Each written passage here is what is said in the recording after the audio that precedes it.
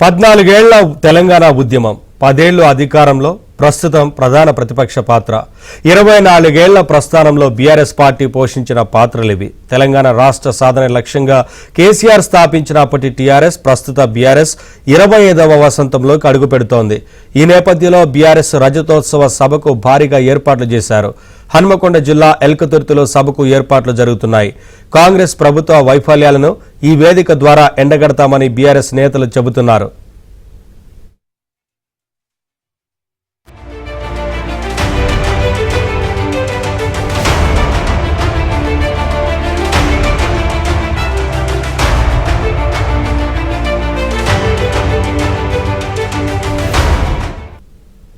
BRS రజతోత్సవ సభ April 27న Hanamkonda జిల్లాలోని ఎల్కతుర్తిలో BRS ఏర్పాట్లు చేస్తోంది. స్థానిక రైతులకు చెందిన 1200 ఎకరాల భూమిని గుర్తించి వారిని ఒప్పించారు.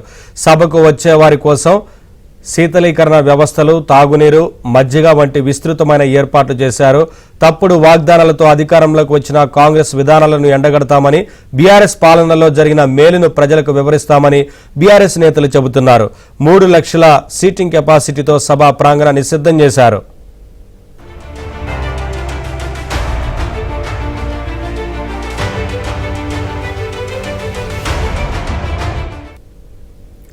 బీఆర్ఎస్ సభ పార్కింగ్ కోసం 1054 ఎకరాలు కేటాయించగా 50,000 ద్విచక్ర, త్రిచక్ర వాహనాలు వస్తాయని నేతలు చెబుతున్నారు. రవాణా కోసం దాదాపు 8,000 ప్రైవేట్, 3,000 టీఎస్ఆర్టీసీ బస్సులను ఏర్పాటు చేశారు. కాంగ్రెస్ ప్రభుత్వంపై ఉన్న వ్యతిరేకతతో అంచనాలకు మించి జనం వస్తారని బీఆర్ఎస్ నేతలు చెబుతున్నారు. ఇప్పటికే నియోజకవర్గాల వారీగా భారీ సంఖ్యలో పార్టీ శ్రేణుల తరలింపునకు కమిటీలు వేశారు. బీఆర్ఎస్ ఎమ్మెల్యేలు ఉన్న చోట వారే బాధ్యత తీసుకున్నారు. లేని చోట నియోజకవర్గ ఇన్ఛార్జీలు, పార్టీ ముఖ్యులు ఇన్వాల్వ్ అవుతున్నారు. కొందరు కార్యకర్తలు కాలినడకన తిరుగుతూ ప్రచారం చేస్తున్నారు.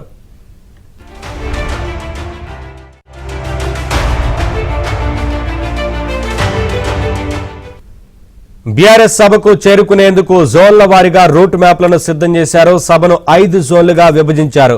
ఆయా జోన్ల వారీగా ప్రత్యేకంగా 5 పార్కింగ్ జోన్లను ఏర్పాటు చేశారు. 3 జాతీయ రహదారులు సహా చింతలపల్లికి చేరుకునేలా ధర్మసాగర్ నుంచి వచ్చే మరో రూట్ను కూడా సిద్ధం చేశారు. బీఆర్ఎస్ సభకు పోలీసులు ట్రాఫిక్ నియంత్రణ చర్యలు చేపట్టారు. పలు చోట్ల ట్రాఫిక్ ఆంక్షలు విధించగా పలు ప్రాంతాల్లో రూట్లను పోలీసులు దారి మళ్లిస్తున్నారు.